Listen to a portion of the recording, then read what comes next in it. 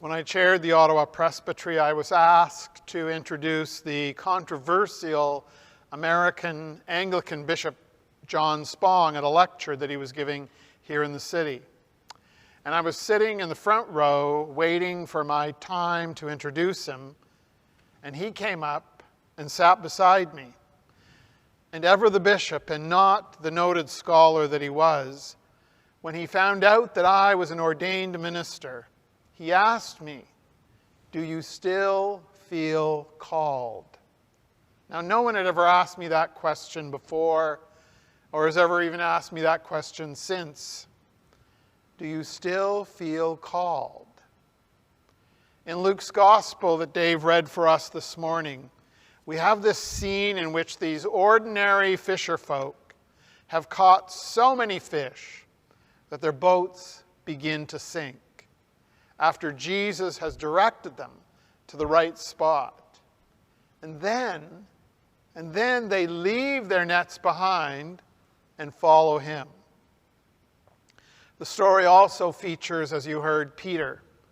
And many commentators think that this moment in which Jesus not only calls his first disciples, he also lays the foundation through Peter for the church which lives after his resurrection. But we only get glimpses of what happens after these new disciples' sandals hit the dusty road.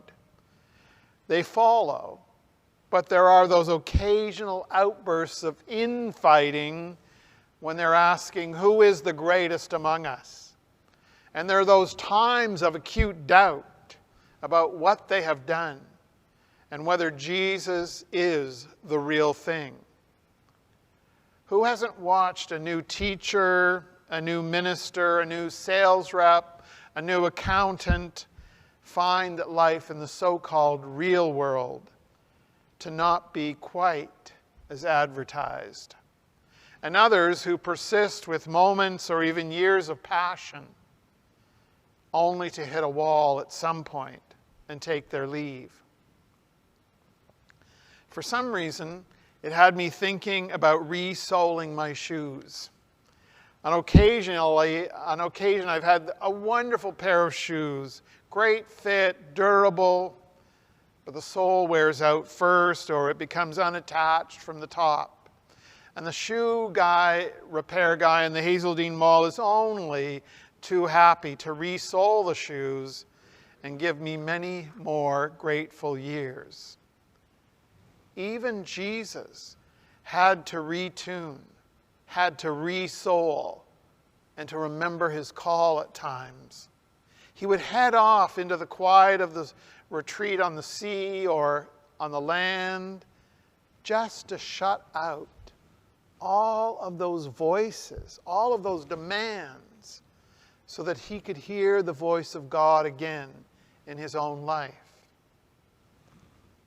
In my 10th year of ministry, I went off to the University of Winnipeg Faculty of Theology for a year because I wasn't really sure if this was what I was called to do with my life.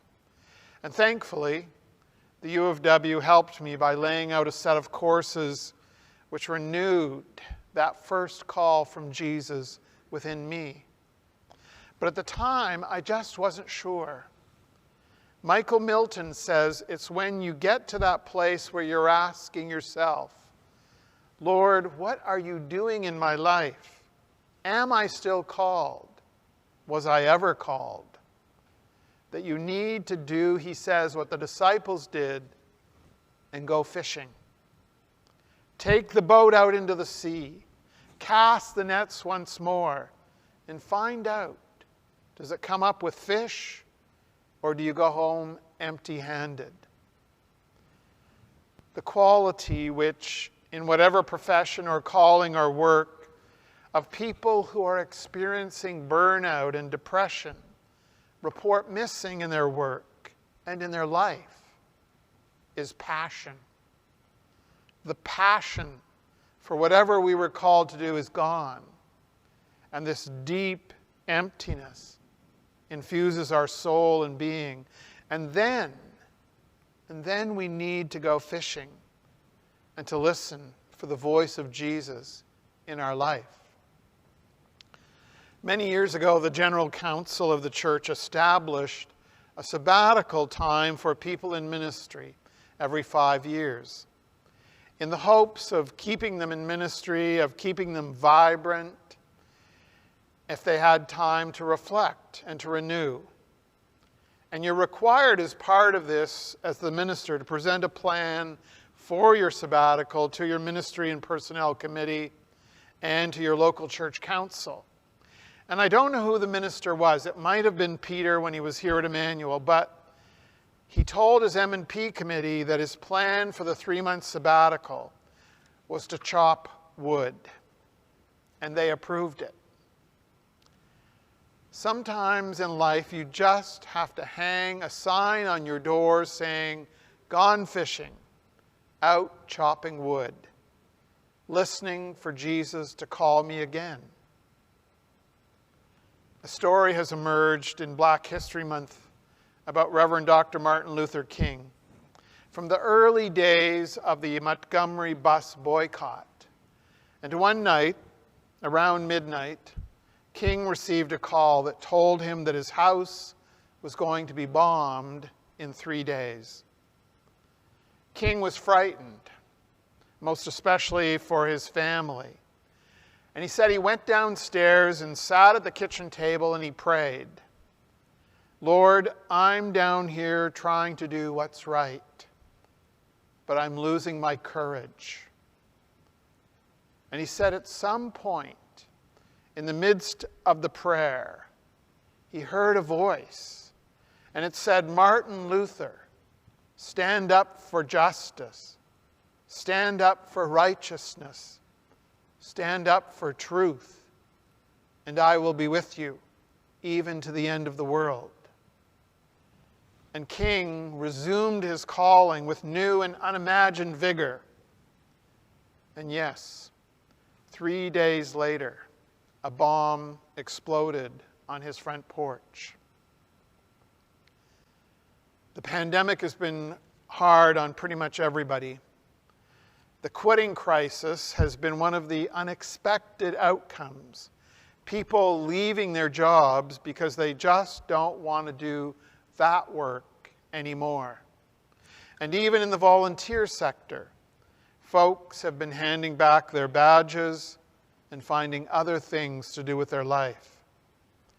It's been at times for many a painful experience of reflection and of uncertainty.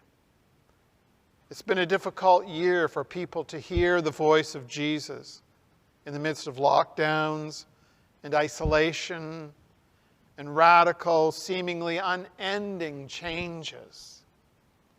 And I wonder if there were days on the dusty road when Jesus sat the disciples down and he asked them, "You remember when you followed me away from your boats?